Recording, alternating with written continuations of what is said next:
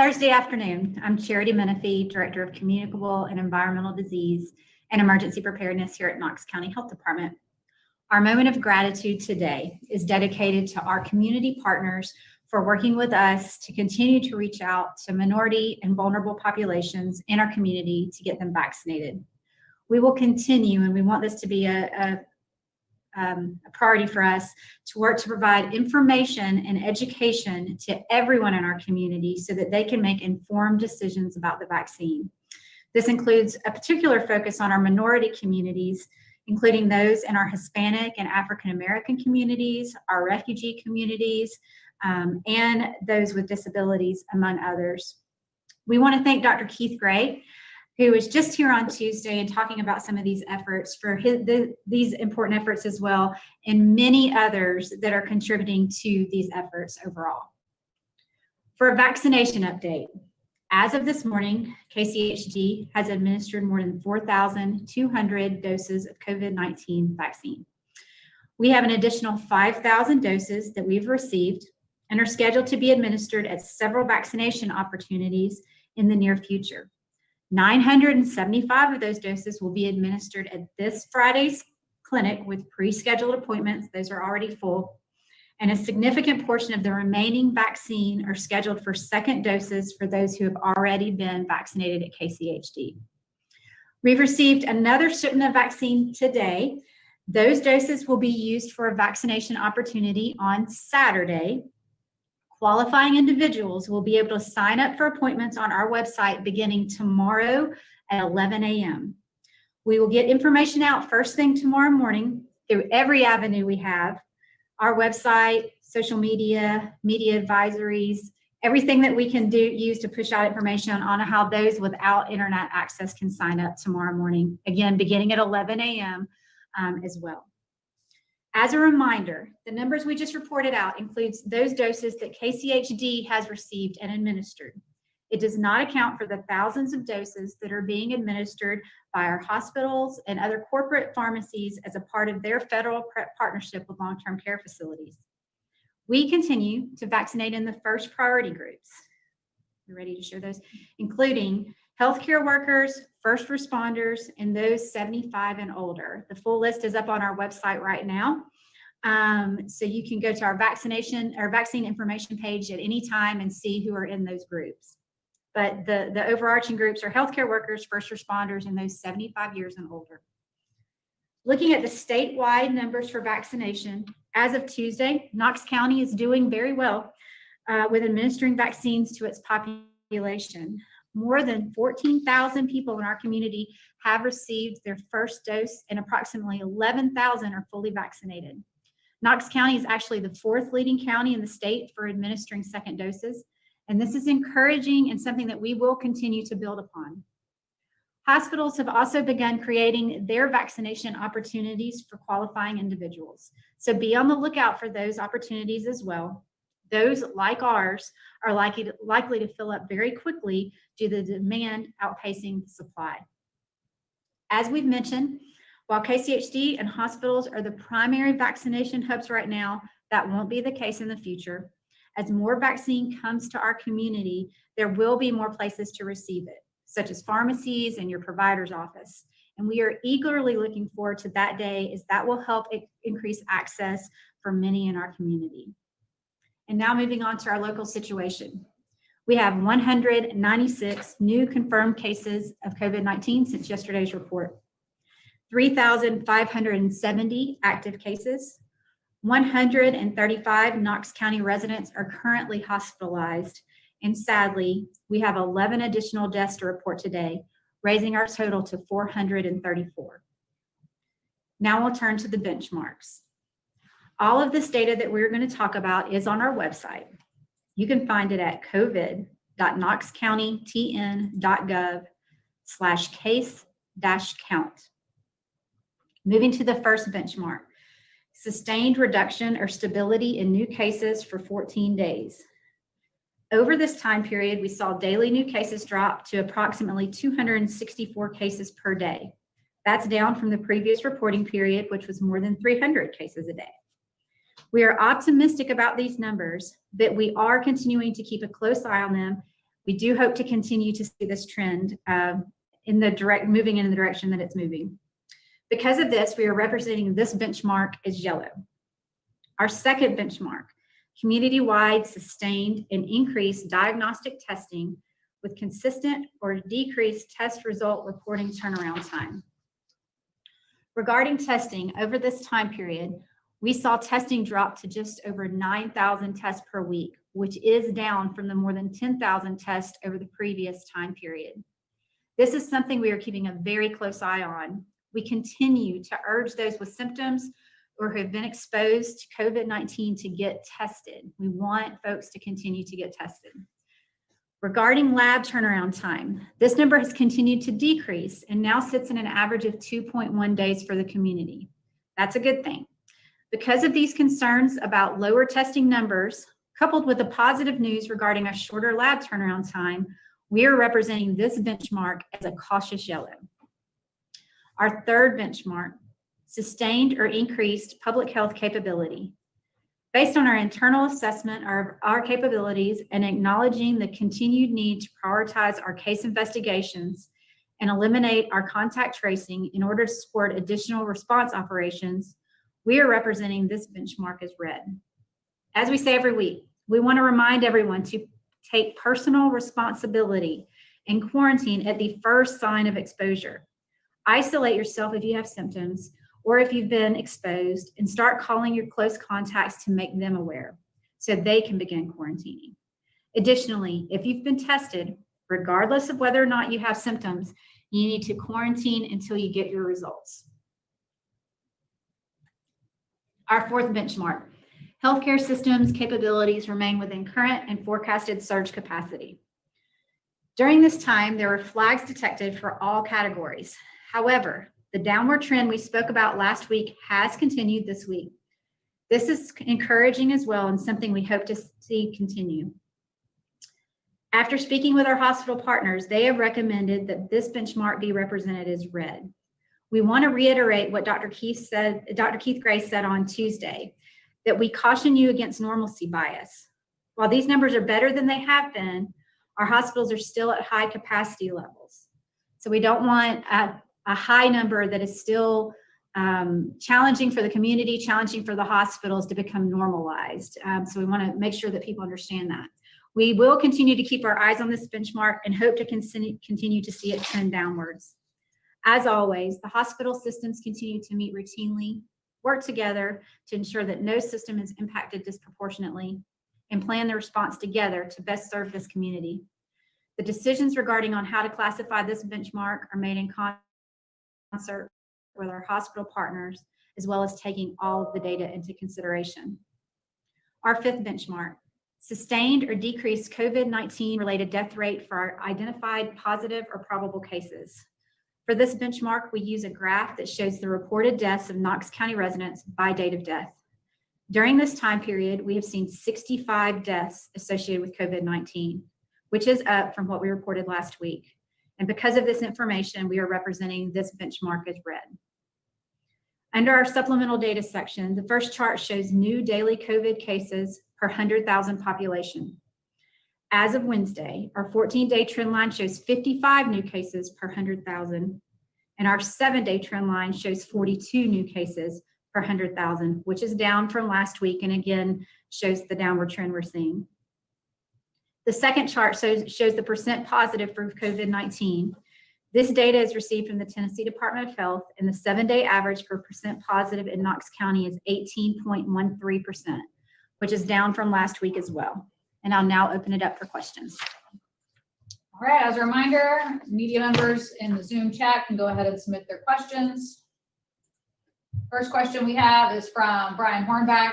Does KCHD have the ability to see what other counties/cities in Tennessee are receiving in vaccines? And can you see what other states and cities are receiving in vaccines? We do not. So the view that we have is the view on the statewide dashboard that everybody can see. That's as far as it goes at this time. Another question from Brian Hornback. Knox County Sheriff Tom Spangler in a press conference this morning said that there is not a mask mandate, but a mask recommendation in Knox County. Is that accurate? I actually believe that there is a mass regulation in Knox County at this time that was put forth by the Board of Health. From Cole with WBIR, I may have missed it. How many appointments will be available tomorrow at 11 o'clock? 975. And he asks, and this is for a pod on Saturday at KCHD. Will people be able to sign up via the KCHD website? The opportunity will become open tomorrow at 11 a.m. for people to sign up on the website. And then again, like I said in the opening statements, we'll put out first thing in the morning how people that cannot access through the internet can register as well. And that will be open at 11 a.m. also. From Jeff with WATE, of the 5,000 new doses, how many will be unclaimed after the Friday event and the second doses? I don't have that exact number. There shouldn't be any, but obviously there's sometimes that folks don't show up. But we also have situations where people sometimes got a first dose in another area and are needing to get their second dose here. So those doses should be used up for those situations as well. The clinic on Saturday, just to be clear, will not be held at KCHD. Again, all of that information for Saturday's clinic will be released in full detail tomorrow. We heard you and heard that people wanted advance notice of when registration was going to be open, and that's what we're providing today. And just to echo what Charity said, we'll provide more advance notice tomorrow morning too when we send out more information in a news release ahead of that 11 a.m. Announcement on the website. Let's see, from Cole with WBIR. I know there are variables, but best guess, how long do you expect Knox County to be before Knox County has vaccinated enough people in the current phases to begin to be ready to move into the next phase? We really have to look at the population numbers, and that's really challenging, and seeing what our uptake is as we get more vaccine into the community.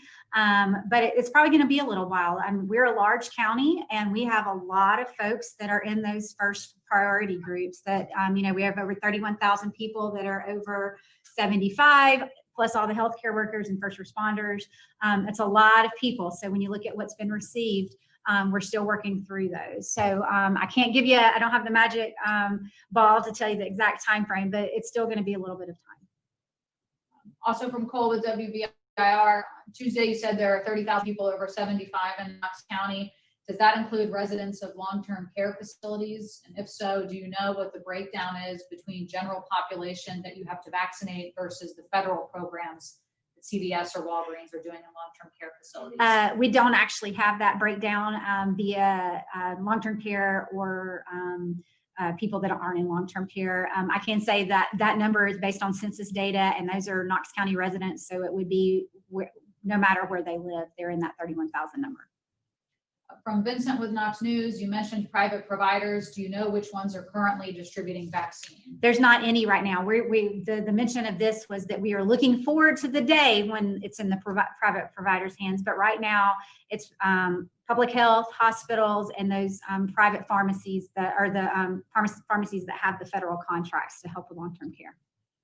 From Allie with Knox News, have operators been added to the COVID-19 information line? If so, how many, and is it helping control call volume? Yes, I don't work with that team directly, so I don't have the exact numbers, but I do know we've added them, and I think call volume is getting better. But just know that every time we make these announcements, the call volume goes through the roof across the board. And so there's probably going to be waits again tomorrow, and we will continue to work through that process as best we can. We ask people to please be patient. From Cole with WBIR, how much heads up does KCHD get before shipments of vaccine arrive, and are the shipments standard amounts? The shipments, Dr. B is going to answer that one. Go ahead. Okay. So the shipments at this time are not in standard amounts. I've explained this before. The federal government releases doses to the state. The state looks across the state and divides that out based on population and some other factors. So it is not standardized yet. And we get information from the state about the total number of doses coming to Knox County, usually at the end of the week or over the weekend or sometime like that. And then it's divided among the hospitals and the health department. And then we get notice that it's on its way, kind of like you get a notice that you're getting a delivery from Amazon or something. We get notice that it's on its way, usually sometime during the week before it gets here. and then it's been arriving Wednesday or Thursday, pretty consistently on Thursday. And yeah, we feel good about things when we get that notification of shipment, because that means it's literally moving here and is not being diverted somewhere else. From Jeff with WATE, do you know of any specific explanation for the spike in deaths going from 2 deaths on Tuesday to 14 on Wednesday, or for the increase in deaths from recent week to the week before? Yeah, I think what we're seeing, always to encourage people to look at trends over time, not one day to the next. That's always challenging, and there can be so many variables there. But we have seen an increase over the past couple of weeks. I think this is truly, and we've talked about this time frame a lot, I think this is from the spike that we saw in December of cases. It tends to take 10 days to about 2 weeks for those hospitalizations to hit following a case spike, and then another week or more for the deaths to start showing up. So we feel like this is probably due to that. And we'll continue to look at it, which, we're hoping that we see this drop back off, as well as our case numbers and our hospitalizations are dropping off as well. All right, a couple questions here from Cole and Charity. I'll read them all out because it might help you answer the questions here, but then I can repeat them as needed. Thank you. Cole with WBIR asks, is KCHD getting to a point where the doses it receives from now on must be allocated for second doses? Are you expecting to see the number of first doses to go down or level out because of the second dose requirement?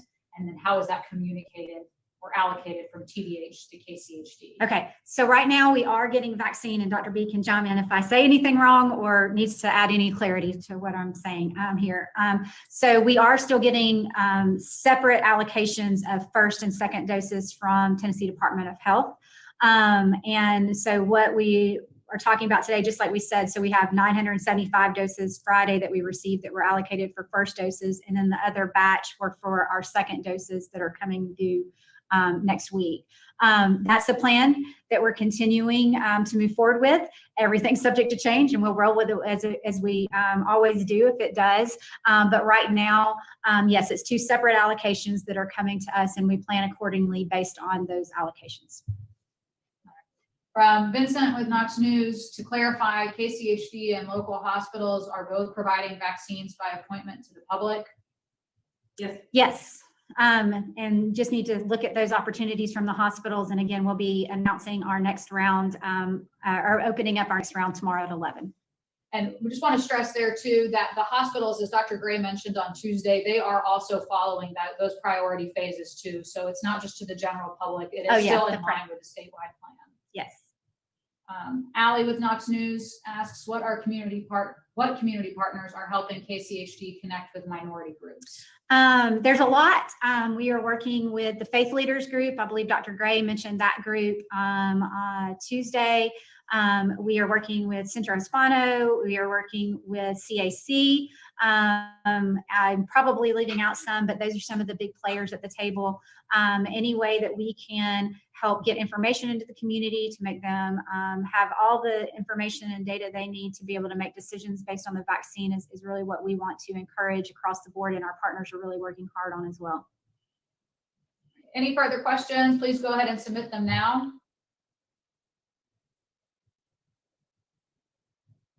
All right, Cole asks for a second, so it looks like he's typing, so we'll hold off for now. I might not have answered his question fully before. All right, in the meantime, while Cole's typing, if anyone else has any questions, please go ahead and submit them. Jeff with WATE asks, do you have any update on the vandalism at KCHD? I do not have any update at this time.